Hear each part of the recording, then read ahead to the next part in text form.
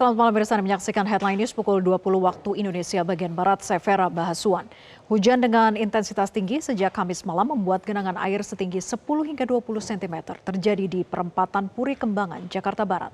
Kondisi ini menyebabkan arus lalu lintas mengalami kelumpuhan total.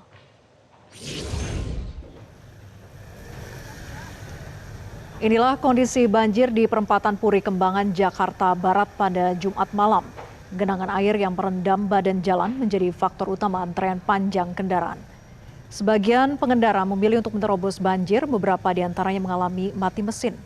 Curah hujan tinggi sejak Kamis malam hingga Jumat pagi memicu terjadinya banjir di kawasan tersebut. Sementara itu warga setempat berinisiatif untuk membantu mengatur arus kendaraan. Dan untuk mengetahui informasi terkini, sudah ada jurnalis Metro TV Endita Triantara. Selamat malam Endita, bagaimana situasi terkini di perempatan Puri Kembangan saat ini?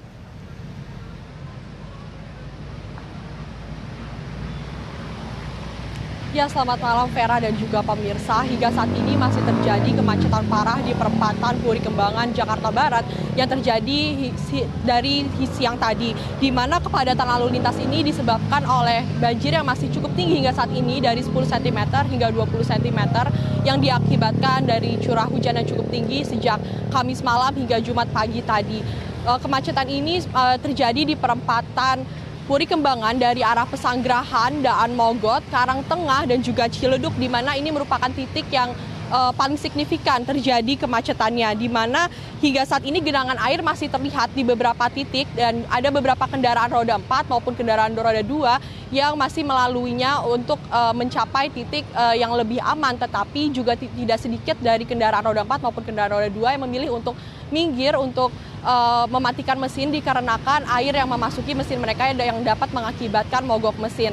Dan juga tadi tim Metro TV sempat terjebak banjir selama 4 jam dari arah Pesanggerahan menuju arah Puri Kembangan yang kurang lebih berjarak 2,5 km yang biasanya hanya memakan waktu selama 10 menit.